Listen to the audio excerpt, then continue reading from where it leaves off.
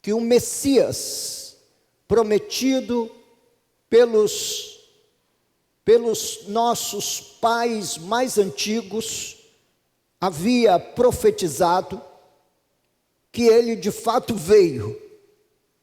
Mas começar essa série por Jesus veio, mostrando que ele é o cumprimento de palavras proféticas que foram emitidas em relação ao Messias, é para ratificar o fato de que, assim como Jesus cumpriu as primeiras profecias para a sua primeira manifestação, ele haverá de cumprir as profecias que falam do segundo advento, que é a sua volta para resgatar os seus santos, os seus servos, o dia em que eu e você gozaremos plenamente na entrada do reino de perfeita justiça e paz, que já nos foi prometido também pelo Evangelho e pelas santas promessas de Deus espalhadas na Bíblia. Eu começo com uma afirmação de Jesus em João capítulo 17, versículo 3, na edição bíblica da Sociedade Bíblica Revista e Atualizada. E ele diz: e a vida eterna é esta. Você quer viver eternamente? Eu também. Aliás, esse é o maior apelo do Evangelho, a vida eterna. Suplantar essa vida de dores e de tribulações que nós temos neste mundo. E isso não sou eu quem digo, o próprio Senhor Jesus disse: no mundo tereis aflições. Então eu espero por novos céus e nova terra, eu espero por uma nova configuração da vida, depois que eu deixar esse mundo mal, e que você também deixar esse mundo mal. João capítulo 17 diz que a vida eterna é esta, que te conheçam a ti, o único Deus verdadeiro, e a Jesus Cristo, a quem enviaste. Depois de muitos anos de ministério e conversando com diferentes pessoas, membros da minha comunidade e de outras, eu posso garantir aos irmãos que uma das maiores falhas pedagógicas da igreja é dar ao seu povo o conhecimento de Jesus. Nós sabemos que Jesus é o centro do cristianismo, ele é o centro da nossa fé. Não existe fé cristã sem Jesus, assim como não existe cristão sem o devido conhecimento de Jesus. E ele mesmo define a vida eterna como sendo o conhecimento do Deus Trino como o único Deus, e o conhecimento de Jesus Cristo, do Jesus Messias, do Jesus ungido, a quem enviaste. A grande pergunta que eu tenho feito de vez em quando, várias vezes, à nossa comunidade, é se você conhece Jesus. Parece ser uma pergunta de jardim da infância, não é? Parece que eu estou voltando com os irmãos ao beabá da fé, mas você é que pensa, na verdade, há teses teológicas, tanto de mestrado quanto de doutorado, envolvendo a pessoa de Jesus. O mais grosso volume que eu tenho na prateleira lá da minha limitada biblioteca é um livro que fala de Jesus, que mostra Jesus, o Jesus vivo, o Jesus ressurreto. E isso consumiu centenas de páginas para o autor tentar definir um fato que é o fato que nós celebramos todos os domingos aqui na congregação, que é o fato de que Jesus está vivo. A pergunta que eu dirijo à congregação é: se você conhece a Jesus, a grande empreitada da vida é juntar esforços e entendimento para conhecer Jesus. Deus não tirou o nosso cérebro e nem mesmo o nosso coração no dia que nos humilhamos perante Ele, confessando os nossos pecados e abandonando a velha vida. Pelo contrário, Ele visitou o nosso cérebro, ilumina o nosso cérebro a cada dia, para que a gente leia, entenda, compreenda e mergulhe no tecido bíblico. E isso é um ato divino, a iluminação da nossa mente. Mas é incrível, e eu volto a afirmar isso diante dos irmãos, como você tem pessoas tão inteligentes e esclarecidas com respeito aos diversos capítulos da ciência, e no entanto são extremamente cegos para as coisas espirituais. E venho encontrando ao longo da minha vida muita gente que já está na igreja há muitos anos e que tem pouca aproximação com Jesus. Por que, pastor, você diz isso? Porque, na verdade, a mensagem bíblica não é só para iluminar o nosso entendimento, mas para transformar o nosso coração à semelhança e à imagem de nosso Senhor e Salvador Jesus Cristo. Mas conhecer Jesus não é simplesmente, volto a dizer, um ato intelectual. Conhecer a Jesus também é um ato de paixão, de afeição. Nossos corações precisam estar derretidos na presença de Jesus. Nossos corações precisam ser qual cera aproximada de uma grande fogueira. Jesus é esta grande fogueira que ilumina e aquece o ser humano. Mas conhecê-lo é um ato de profundo mergulho nos evangelhos. E se você não estiver disposto a ouvir o evangelho, e nem disposto a ouvir a palavra de Deus a falar com você, nunca você conhecerá Jesus e possivelmente estará longe da vida eterna, porque a vida eterna é esta. Nós começamos a mensagem, o sermão dessa manhã com João 17:3. Mas há um texto, em João 7:37 e seguintes, que diz o seguinte: no último dia, o grande dia da festa, levantou-se Jesus e exclamou: se alguém tem sede, venha a mim e beba. Parece que nós, ao longo da vida, vamos acumulando sede por uma série de coisas e vamos nos tornando cada vez menos sedentos de Jesus. Nessa manhã, escancarando para os irmãos a simplicidade da nossa fé, eu quero dizer a você que a coisa mais importante na vida é o nosso relacionamento com Jesus. É vir a Jesus, saciar a nossa sede, saciar a nossa fome. Mas é no versículo 38 que ele vai nos dizer como isso pode e deve ser feito. Quem crer em mim, como diz a Escritura, do seu interior fluirão rios de água viva. É que quanto mais conhecermos a Jesus, maior referência seremos para os que têm sede de Jesus e sede de Deus nesse mundo. Nós fluiremos, do nosso coração brotará uma fonte a jorrar para a vida eterna. Mas de que maneira nós temos que conhecer a Jesus? Quem crer em mim, de que forma? Como diz a Escritura.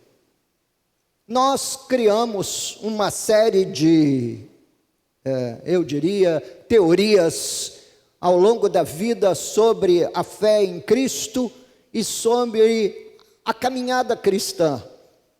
Mas tudo que nós, como cristãos, deveríamos fazer no nosso dia a dia é pegar esse livro, mergulhar nele e buscar construir uma fé, como as Escrituras nos garante que nós podemos construir. O texto continua no verso 39, dizendo: isto ele disse com respeito ao Espírito, com letra maiúscula, ao Espírito Santo, que haviam de receber os que nele crescem, pois o Espírito até aquele momento não fora dado, porque Jesus não havia sido ainda glorificado. Esta passagem, esses 3 versículos, quando Jesus se levanta no último dia da festa dos tabernáculos e declara que quem crer em mim, como diz as Escrituras, do seu interior fluirão rios de água viva, nos desafiam em 2 grandes e importantes áreas: a importância insubstituível da Escritura para a construção da fé, e o fato de que esta fé nos coloca inteiramente num estado de avivamento espiritual. Sabe, os irmãos sabem que a internet nos coloca diante de vários fatos, de vários elementos, um tanto quanto desafiadores para nós. E outro dia estava vendo, eu obviamente estou passando por ali, são pessoas que me seguem, e eu estava vendo uma discussão se é certo ou é errado uma igreja montar um arraiá. Sabe como é?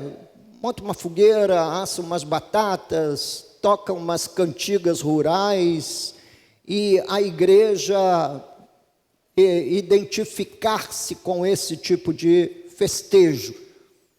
Eu não vou falar sobre isso, prometo, não vou falar sobre isso, apenas mostrando para os irmãos o quão é importante crer conforme as Escrituras. E aí, uma das pessoas disse o seguinte: eu não vejo que a Bíblia nos proíba de fazer isso. Sabe por quê? Porque, na verdade, a Bíblia não se incomoda em falar sobre isso, sequer tocar no assunto, e isso para nós já é uma mensagem mais do que clara.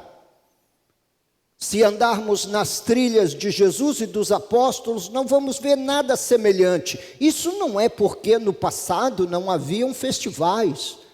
Os gregos tinham os dele, os judeus tinham as suas principais festas, a festa da Páscoa, a festa do Pentecostes e a festa dos tabernáculos, que são festas espirituais que apontavam realidades importantes no Velho Testamento. Mas é muito importante que nós construamos uma fé segundo as Escrituras. Há um analfabetismo bíblico espalhado por todo lado, e muitas das vezes a gente quer substituir fé escriturística por fé emocional. Criar um clima emocional não é essa a ideia e nem o objetivo de Jesus.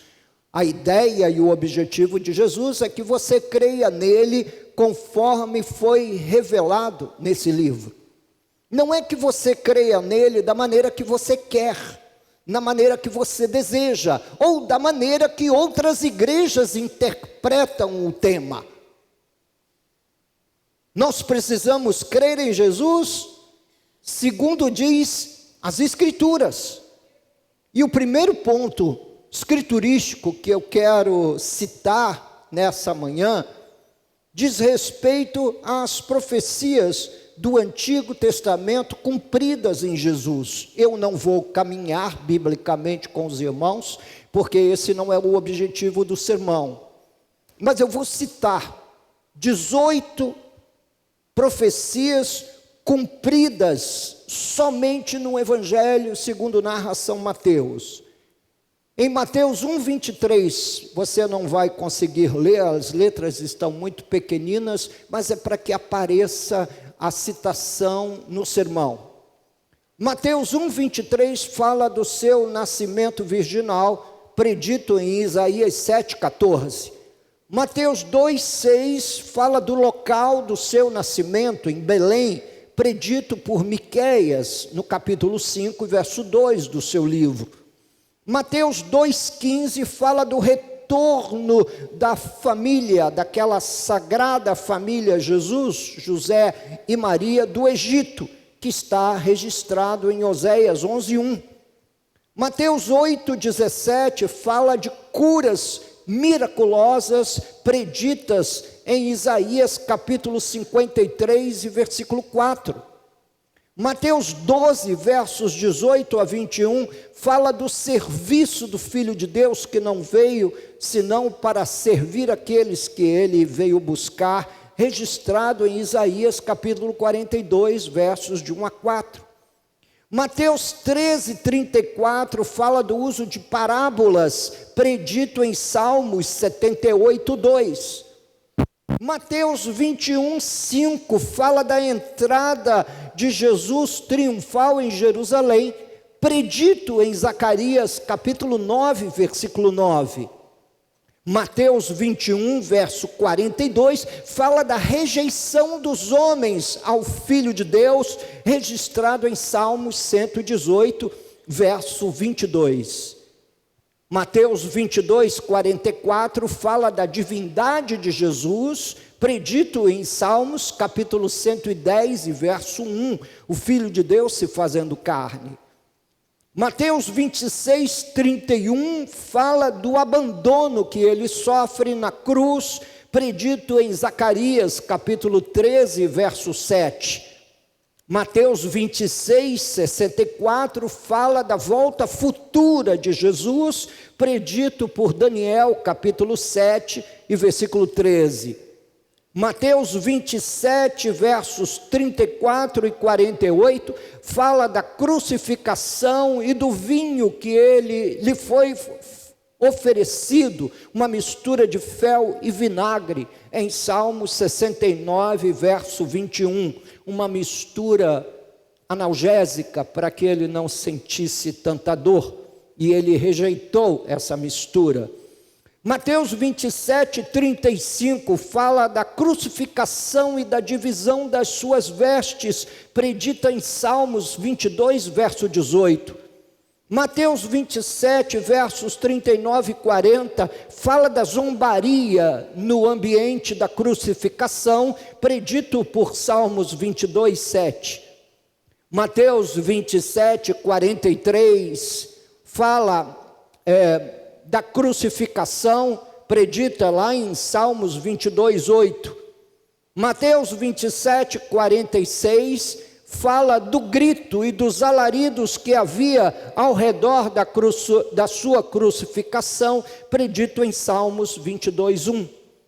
Mateus 27, versos 57 a 60, fala do sepultamento de Jesus, predito em Isaías 53, 9, que na morte ele estaria com os ricos, e quem ofereceu o sepulcro para que Jesus fosse sepultado foi José de Arimateia, um rico membro do Sinédrio.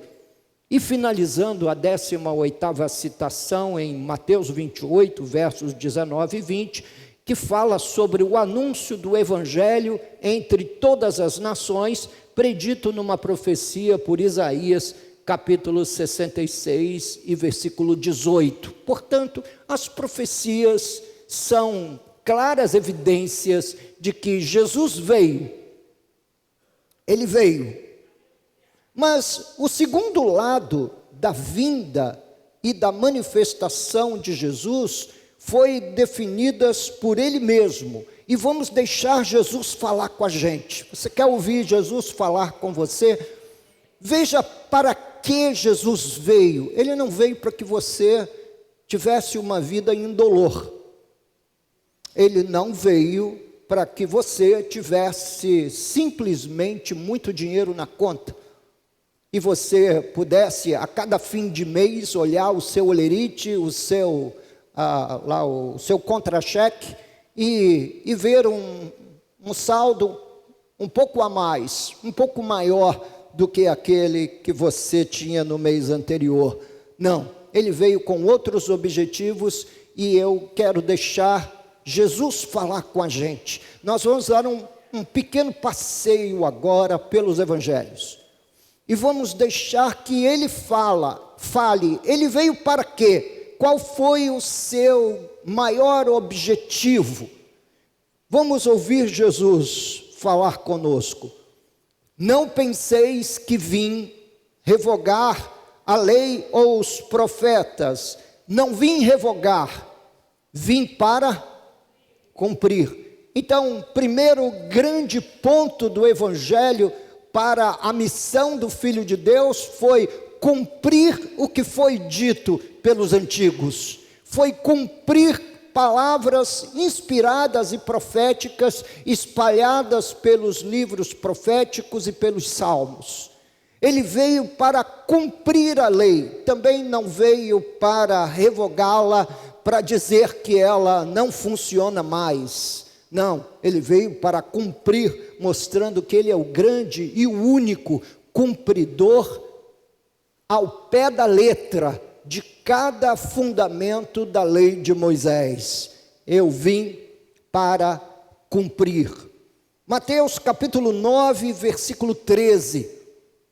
Ide, porém, e aprendei o que significa misericórdia quero e não holocaustos, pois não vim chamar justos, e sim pecadores ao arrependimento. Jesus veio para chamar pecadores ao arrependimento, e é por isso que a alma mais enlameada pode ser recebida por Jesus, abraçada por Jesus, pode ser purificada por Jesus, salva por Jesus. Ele veio para chamar pecadores ao arrependimento. Então ele não veio para fazer de nós, sua igreja, uma coleção de pecadores orgulhosos de si mesmos. Não, ele veio para salvar gente perdida como nós. De vez em quando eu fico salientando a minha condição de pecador terrível diante da minha esposa, e ela hoje falou, não, mas não é tanto assim. Eu falei, é muito mais do que isso. Nós somos pecadores terríveis, mas há uma palavra algumas frases que mostram na missão de Jesus, coisas que nos incomodam, como vim causar divisão entre o homem e seu pai, entre a filha e sua mãe, entre a nora e sua sogra. Não há assunto que mais dividem os homens do que Jesus. Nem mesmo a igreja consegue andar junta num só ideal quando se fala de Jesus. Uns acreditam que podem fazer isso ou aquilo. Outros, como hoje, acreditam que Jesus está de costas para a sua vida sexual e podem fazer o que quiserem, inclusive entabular relacionamento com pessoas de mesmo sexo. A verdade é que nós vivemos num mundo de opiniões partidas com respeito a Jesus. Eu vim causar divisão. Eu vim dividir o pai e o homem, a mãe e a filha, a nora e a sogra, porque nós podemos falar de espiritualidade. A frase da moda é: eu gosto de espiritualidade e não de religião. Como se houvesse alguma espiritualidade legítima fora do eixo do Criador e de seu Filho unigênito. Não existe espiritualidade criativa fora de Jesus. eu vim causar divisão, divisão de opiniões, divisão de anseios, divisão de afetos, divisão de propósitos, divisão entre luz e trevas e vida e morte. Jesus divide quando você só quer Jesus. A grande missão nossa, e na verdade eu diria que a grande razão da gente se reunir aqui todos os domingos, honrando o dia do Senhor, é com a finalidade de conhecer Jesus. Quando todos os nossos anseios excedem a Jesus, então criamos um ídolo. Porque quando os seus anseios e afetos religiosos, espirituais, transbordam para além das fronteiras de Cristo, você criou um ídolo. E sabe qual é o nome desse ídolo? O ego. Minhas normas, minhas leis, as minhas maneiras, os meus jeitos. Quando na verdade não é assim. Devemos negar a nós mesmos e vir a Jesus para conhecê-lo e viver a expectativa da vida eterna. Saindo um pouquinho do Evangelho de Mateus, agora entrando no Evangelho de Marcos, você vai ver essa nossa entrada e saída em Evangelhos nessa manhã. Em Marcos capítulo 1, verso 38, diz o texto: Jesus, porém, lhes disse: vamos a outros lugares, às povoações vizinhas, a fim de que eu pregue também ali, pois para isso é que eu vim. Portanto, Jesus veio para dar ciência do Evangelho do Reino de Deus e tornar seu conteúdo acessível a todo Israel e dali a todas as nações. Como você reage ao ensino das Escrituras? Está vendo? Ele quer atingi-lo com a verdade. Seu maior propósito é não deixar que você pense por si mesmo, mas atingir você com a verdade, para que você pense com as Escrituras. Eu vim, disse Jesus, para pregar esse Evangelho a todas as pessoas dentro de Israel. Como você reage a esse objetivo? Se ele veio para dar ciência a nós de sua palavra, que tipo de interesse ou relação você tem com esse livro? Você tem com a verdade? Antigamente, os chamados talmidins, aqueles que eram discípulos de algum grande mestre em Israel, eles eram selecionados pela sua capacidade brilhante de decorar a lei. Alguns decoravam livros inteiros da lei e dos profetas. Os mais confiáveis historiadores da história cristã acreditam que o apóstolo Paulo, aos pés de Gamaliel, era um desses brilhantes discípulos que decoravam livros inteiros da lei e livros inteiros das profecias. Mas como você reage ao objetivo de ser alvo do conhecimento do Evangelho do Reino de Deus? Que tipo de interesse ou relação você tem com esse livro? Responder honestamente a esta pergunta o colocará exatamente diante da vida ou da morte. Conhecer as Escrituras é algo para o qual eu e você precisamos estar despertados. Saindo do Evangelho de Marcos, entrando em João, outra vez. João capítulo 7, versos 28 e 29. Jesus, pois, enquanto ensinava no templo, clamou dizendo: Vós não somente me conheceis, mas também sabeis de onde eu sou. Eu não vim, porque eu de mim mesmo o quisesse, mas aquele que me enviou é verdadeiro, aquele a quem vós não conheceis. Eu o conheço porque venho da parte dele e fui por ele enviado. Jesus denunciou a incredulidade de Israel. Eles liam a lei todo sábado, mas não conheciam o Deus da lei. Nós precisamos nos reunir como igreja, muito mais com o anseio, a fome e a sede para conhecer a Deus, do que conhecer qualquer um outro instrumento que seja de alguma forma nos colocado para capturar a nossa atenção, o gosto. Na verdade, Jesus é o nosso tudo.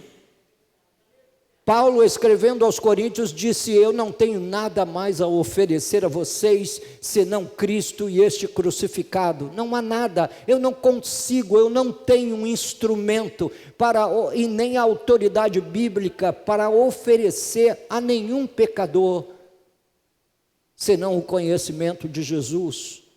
Jesus veio cumprir uma missão eterna e cunhar um paradigma no reino. Nada acontece sob a nossa própria vontade, nem mesmo ele veio de motu próprio, como diz as Escrituras. Ele foi enviado. Ele veio para cumprir uma missão que lhe foi outorgada, que lhe foi entregue. E ele disse exatamente isso: eu não vim porque eu de mim mesmo o quisesse, mas aquele que me enviou é verdadeiro. No reino de Deus é exatamente assim. A gente não faz o que quer. Não é a nossa vontade. Eu tenho certeza que se Deus o abandonasse ao sabor de suas próprias vontades, que você estaria perdido no fim do dia. Não é que você estaria perdido amanhã, você estaria perdido no fim do dia. Ele não nos deixa ao sabor da nossa própria vontade. Em João capítulo 9, versículo 39, prosseguiu Jesus: eu vim a este mundo para juízo, a fim de que os que não veem, vejam, e os que veem se tornem cegos. Bem-aventurados são aqueles que um dia tiveram seus olhos iluminados para Cristo e conseguiram ver Jesus. Jesus abre os olhos de quem quer. O fato de alguns verem e outros não é um mistério relacionado ao juízo eterno. Muita gente consegue ver Jesus, mas outros não conseguem desejar nada em termos de fé na pessoa de Jesus Cristo. Querem outras coisas, querem um arraial, querem um carnaval, querem uma tarde dançante na igreja. Não, desculpe-me, eu só consigo oferecer Jesus. Você deseja mais? Você deseja além?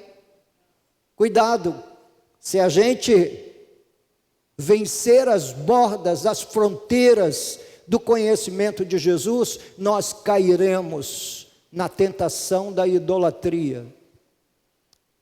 Ele veio para que nenhum pecador tenha argumento próprio diante do grande juiz. Você lembra o que a Bíblia Sagrada diz que vai acontecer no fim? Eu profetizei no teu nome, eu fiz milagres em teu nome eu fiz isso, eu fiz aquilo, tornando relevante algum feito nosso. Não há nada que nós possamos fazer para mudar a nossa condição de pecadores perdidos. Só Jesus. A obra já foi feita e sacramentada na cruz do Calvário. No Evangelho de João, ouvindo Jesus mais uma vez falar conosco, no capítulo 12, versos 47 e 48, se alguém ouvir as minhas palavras e não as guardar, eu não o julgo, porque eu não vim para julgar o mundo, mas para salvá-lo. Quem me rejeita e não recebe as minhas palavras, tem quem o julgue. A própria palavra que tenho proferido, essa o julgará no último dia. Ele veio para salvar os pecadores e nós estamos no meio dessa leva de seres humanos arrependidos, que foi atingida com a mensagem da cruz, que foi atingida com a mensagem da vida eterna. Nossos afetos por Jesus precisam ser mais intensos e mais profundos, virando as costas para esse mundo mau, conquanto sua vida veio dividir a humanidade entre salvos e perdidos, a sua missão foi a de salvar o mundo. Mas este mesmo Jesus virá a segunda vez para julgar a humanidade. Ele virá a segunda vez para reconhecer a fé no coração de simples seres humanos. Eu fico muito comovido quando me lembro do meu avô, o senhor Messias Vieira Chagas. E me lembro com muito carinho, tenho lembranças assim, memórias muito carinhosas com respeito ao meu avô, pelo fato dele ter sido um homem que só estudou até o 2º ano primário. Meu avô aprendeu a ler e a escrever na Bíblia. Ele não tinha grandes conhecimentos, não tinha um diploma, não tinha nada, mas ele tinha a Bíblia e era um voraz leitor das Escrituras.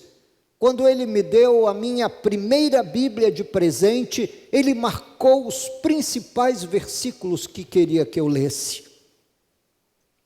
Portanto, ter um afeto por Jesus não vai nos transformar em gente nobre, segundo a visão humana, mas vai nos tornar filhos amados, reconhecidos por Deus. Eu os convoco, meus irmãos, a voltarem os olhos a partir dessa manhã para Jesus. Ele veio com uma missão multifacetária. Nós estamos vendo que ele veio para nos dar conhecimento do Evangelho, ele veio para tornar-nos capazes de comparecer diante do seu grande tribunal, ele veio para nos dar vida. É isso que diz o livro de João, o Evangelho de João, capítulo 10 e versículo 10. Diz que o ladrão vem somente para roubar, matar e destruir. Eu vim para que tenham vida e a tenham em abundância. Eu vim para que tenham vida. E é o que me importa nesse versículo. Há uma discussão, para mim, completamente vazia, sobre de qual ladrão Jesus está falando, se ele está citando o diabo aqui ou não. Para mim não interessa. O que interessa é o fato de que Jesus veio para que nós tenhamos vida. Ele veio não para que você fosse um cadáver ambulante, uma pessoa sem ânimo com respeito à fé, uma pessoa fria com respeito às suas respostas espirituais, que é muito comum. A gente tem tantos anos de igreja, a gente sabe, já tem os hinos de cor, a gente praticamente já decorou vários salmos da Bíblia, eu tenho vários salmos da Bíblia decorados. E no entanto, meus irmãos, meus queridos, para mim é como se fosse a primeira vez. Eu amo estar na igreja, Eu amo estar no culto, cultuar a Deus, cantar os hinos, louvar ao Senhor, ter comunhão com a Assembleia Solene, num ato de vínculo espiritual. Ele veio para que tenhamos vida. Sabe o que é que isto significa também? É que você não encontrará vida em mais ninguém, exceto em Jesus. É que você não terá como respirar após a morte sem Jesus. Após a morte, diz a Bíblia que quem não tem Jesus será condenado. O inferno é uma realidade após a morte para aqueles que não receberam vida da parte de Jesus. Eu vim para que tenham vida. O ato de crer em Jesus e servi-lo é uma questão de viver ou morrer. Vida ou morte estarão sempre diante dos olhos do pecador. Sempre, vida ou morte está diante dos seus olhos, está diante dos meus olhos, está diante dos nossos olhos. Precisamos escolher a vida. Eis que ponho diante de vós a vida e a morte. Escolhei, pois, hoje a quem sirvais. Eu e minha casa serviremos ao Senhor. Se Baal é Deus, vá em frente, sirva-o. Se o Senhor é o seu Deus, então o sirva de todo o coração. Ele veio para capturar pecadores nesse mundo de mortos e dar-lhes vida. Essa é uma das multifacetas da missão de Jesus, para o que ele veio. E está diante dos seus olhos nesta manhã. A vida está diante dos irmãos. É aqui que a soberania de Deus e a responsabilidade humana se encontram misteriosamente. É que todo aquele que crer em Jesus e que foi de alguma forma no seu coração motivado à fé, esse vem a Cristo, esse responde positivamente à fé. Portanto, nesta manhã, repetindo, é aqui que a soberania de Deus e a responsabilidade humana se encontram misteriosamente. Quando a gente vai tomar a postura da vida ou da morte, da salvação eterna ou da perdição. Em João 12, 27, encontramos mais uma vez Jesus falando e de uma forma ainda mais precisa. Ele diz: agora está angustiada a minha alma, e que direi eu?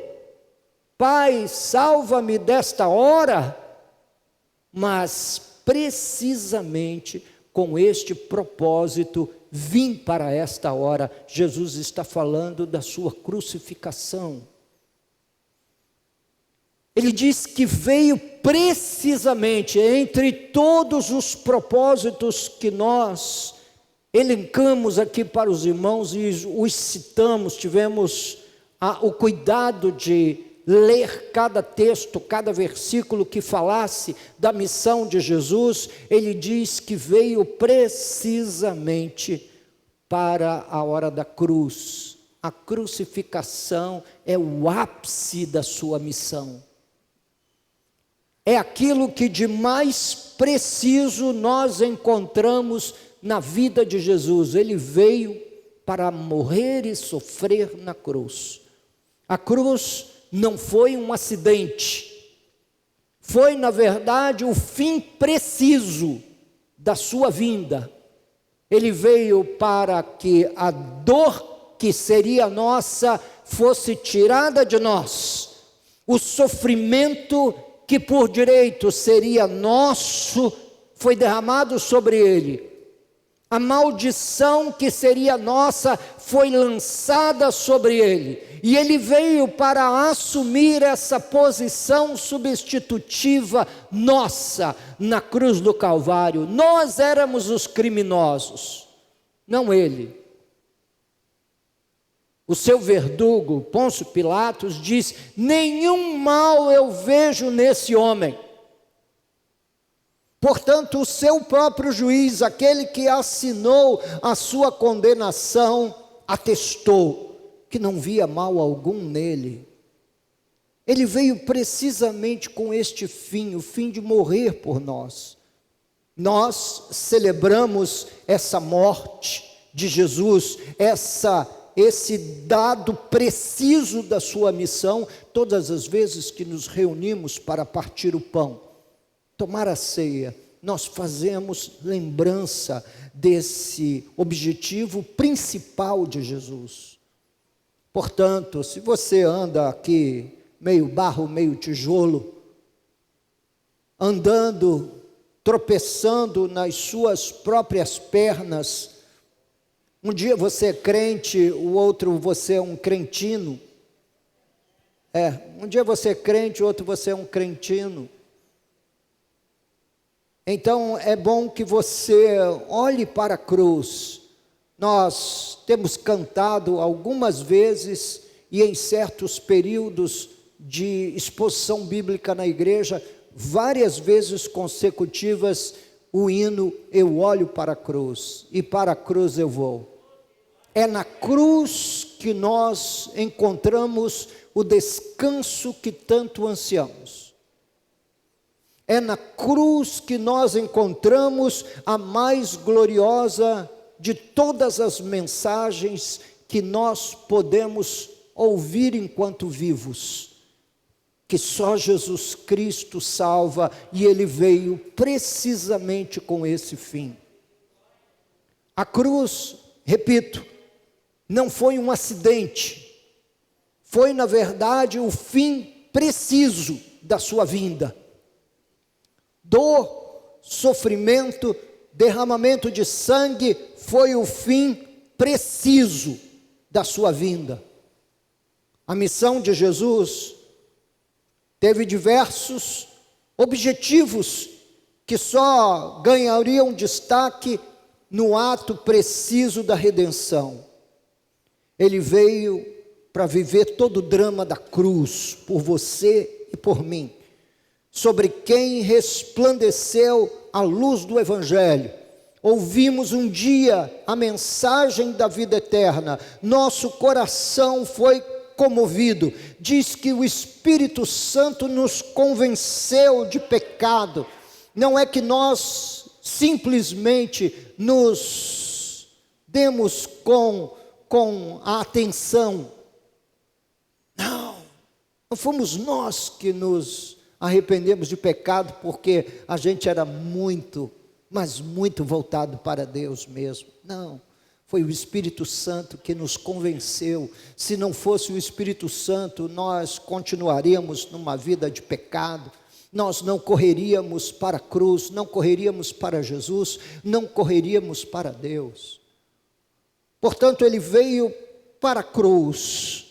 Ele veio para morrer em nosso lugar, sofrer em nosso lugar, viver o castigo que era para nós na cruz do Calvário, e morre. Ele é o sacrifício substitutivo. Ele é aquele cordeiro que apareceu a Abraão, quando Abraão levantou o cutelo para sacrificar Isaque, seu filho, o filho do seu amor, da sua paixão. E quando Deus fala do céu: deixe Isaque, deixe Abraão, não cometa, eu sei que o seu coração é todo meu, não faça isso, não toque num fio de cabelo desse menino. E ele vê um cordeiro preso pelos chifres, junto aos arbustos. Jesus é este cordeiro. É o sacrifício substitutivo, é o sacrifício que entra em nosso lugar. Nós deveríamos estar debaixo do cutelo de Deus, mas Jesus é o sacrifício substitutivo e morre na cruz em meu lugar, em seu lugar. Nem todos os hinos que nós pudermos cantar em vida pode, meus irmãos, ser suficiente para encher os céus de louvor por esse glorioso ato de Jesus. Nem todas as orações, nem todos os obrigados.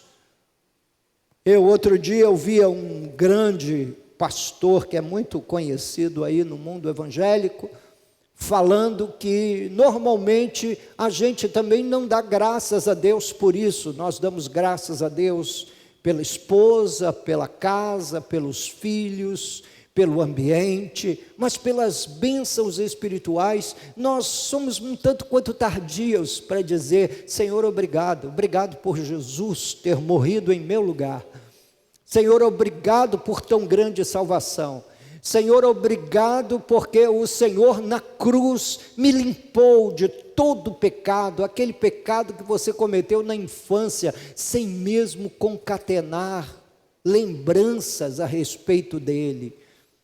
Eu ontem fui dar uma caminhada e me cruzei com um pingo de gente que pelo tamanho não deveria ter mais do que 2 anos de idade. E aos 2 anos de idade ele deixou a balinha cair.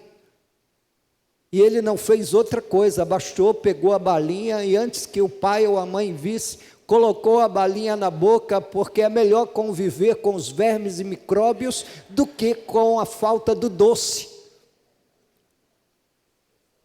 2 anos de idade, nem sabe falar direito, não sabe se limpar, mas sabe pecar. Sabe cometer um pecado. Então, gente, nós somos aquele menino. Nós tentamos esconder dos olhos dos homens os nossos pecados. Outro dia um pastor disse, numa grande conferência, que se a sua mulher o conhecesse como Jesus conhece, ela não se manteria casada com ele. Em outras palavras, Deus que conhece seu coração, sabe do que ele falou? A verdade é que nós somos pecadores, muito mais pecadores do que gostaríamos de admitir. O nosso pecado às vezes fica patente aos olhos do outro, outras vezes não. Veja que Judas Iscariotes, que traiu Jesus e o havia vendido por 30 moedas, ficou caladinho na hora da ceia, não disse uma palavra. Jesus o honrou como convidado de honra da mesa, dando-lhe um bocado de pão molhado no vinho. E depois olhou para ele, bem nos olhos dele, e disse: o que tens a fazer, faze-o depressa. Ele sabia o que acontecia no coração. Ele sabe o que acontece no meu coração, no seu coração. Ele nos conhece tão bem. Mas, ao ouvir essas palavras, não pense: ainda bem que Deus me vê um justo. Não faça a oração do fariseu: Senhor, eu te dou graças porque eu não sou como esse publicano. Eu jejuo 2 vezes na semana e te dou o dízimo do endro, da hortelã e do cominho. Não faça isso enquanto o publicano batia no peito dizendo: Senhor, sê propício a mim, pecador. Pecador. Diz o Senhor Jesus na parábola, na história que ele contou, que o publicano desceu do templo justificado. Você não é bom. Eu não sou bom. Eu não sou cheio de dons que você deveria aproveitar. Não. Eu disse para Lourdes que tudo que de bom ela vê em mim é de Jesus. É porque Jesus está em mim. Mas tudo de ruim que você vê em mim, acredite, é o velho homem, o outro Adão, o primeiro Adão, que me levou à condição de pecado. Eu sou um homem pecador. Nós devemos, como pecadores, correr diariamente para os braços de Jesus, para que Ele cuide de nós, nos limpe, nos afague, nos dê o consolo do seu colo. Já leu o Salmo 131? Ele diz: Senhor, não é soberbo o meu coração, nem altivo o meu olhar, não ando à procura de grandes coisas, nem de coisas maravilhosas demais para mim. Pelo contrário, fiz calar a minha alma, e como uma criança que se aconchega no colo de sua mãe, assim é a minha alma para contigo, Senhor. Salmos capítulo 131. Meu último texto nessa manhã é o que está em João capítulo 12, versículo 46. Eu vim como luz para o mundo, a fim de que todo aquele que crê em mim não permaneça nas trevas. Gente, deixa eu gastar esses minutos finais do meu sermão nessa manhã de domingo com os irmãos, falando sobre exatamente isso. Jesus é a luz do mundo, e isso não é um chavão, isso não é simplesmente uma frase de efeito. Não, mas Ele é a luz do mundo, a fim de que todo aquele que cresce nele não permanecesse nas trevas. Em hipótese alguma, alguém alcançado por Jesus anda vagando perdido pelas trevas. A luz em todo aquele que crê nele, como diz as Escrituras. Portanto, andar nas trevas, nós temos pleno entendimento e conhecimento desse vocabulário. Andar nas trevas é repetir a vida que um gentio, que um estrangeiro, um estranho da aliança tem. Nós não somos esse povo estranho às alianças. Nós fomos chamados para viver vidas santas, vidas consagradas, vidas verdadeiramente vividas para a glória de Deus, e nós só podemos acessar essa vida estando em Jesus. Em hipótese alguma, alguém alcançado por Jesus anda vagando perdido pelas trevas. A luz em todo aquele que crê nele, como diz as Escrituras. E finalizando, meu último texto dessa manhã está em João capítulo 18, versículo 37. Então lhe disse Pilatos: logo, tu és rei? Respondeu Jesus: tu dizes que sou rei. Eu para isso nasci, e para isso vim ao mundo, a fim de dar testemunho da verdade. Todo aquele que é da verdade ouve a minha voz. Crer em Jesus é andar na verdade. Crer em Jesus é andar seguindo a verdade, vivendo a verdade, se alimentando da verdade. Essas afirmações não são minhas. Essas afirmações são do próprio Jesus. Eu para isso nasci, e para isso vim ao mundo, a fim de dar testemunho da verdade. Você quer andar na verdade, quer saber o que é de Deus, o que não é de Deus? É simples. Ouça o testemunho de Jesus. Tudo mais, meus irmãos, é invenção humana, é tentativa humana de substituir Jesus.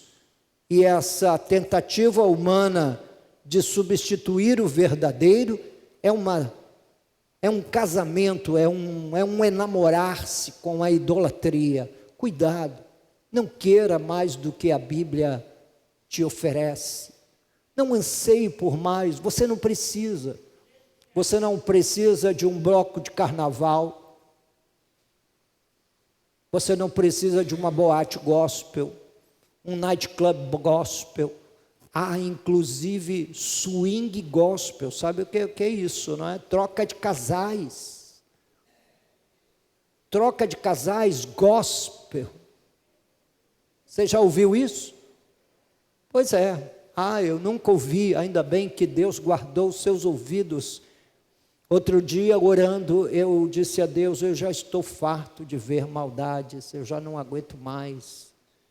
Que a graça do Senhor, Senhor, vem logo, Maranata, venha logo para nós. Por favor, vem nos resgatar. E tudo que você pode extrair do ponto de vista espiritual para a satisfação de sua alma e de seu coração está na pessoa de Jesus. Graças a Deus. Vamos ficar de pé.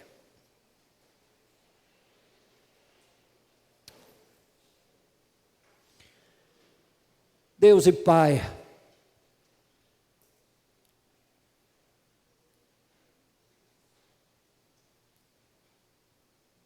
o Senhor veio para dar testemunho da verdade, a fim de que eu não ande na mentira, eu não seja iludido pelo príncipe deste mundo, nem os meus irmãos. Concede que o nosso coração, Senhor, contemple a sua misericórdia e a sua graça revelada na pessoa de seu unigênito Filho Jesus. E que a igreja não deseje, Senhor meu Deus, nada exceto Jesus. Absolutamente nada exceto o Salvador. Concede, meu Deus e meu Pai, que essa seja uma igreja satisfeita em Jesus Cristo. Que o nosso coração ao longo desse mês, onde vamos, ó Deus, trafegar em tantos territórios para conhecer Jesus, como diz as Escrituras, que Tu nos dês, ó Deus e Pai, revelação de Teu Filho. Que a Tua palavra, Senhor meu Deus, seja clara aos nossos olhos e ouvidos. E que a gente, Senhor meu Deus, não viva a ansiar ou a desejar por novidades, mas que o nosso coração volte sempre à fonte primária da nossa fé. Volte a Jesus. Ajude-nos a sermos uma comunidade que louva a Jesus, satisfeita em Jesus, desejosa por Jesus. E assim, Senhor meu Deus e meu Pai, nós caminharemos para naquele grande dia encontrarmos com Jesus nos ares. Que essa graça nos seja suficiente e nos baste absolutamente, em nome de nosso Senhor e Salvador Jesus Cristo. Leva-nos em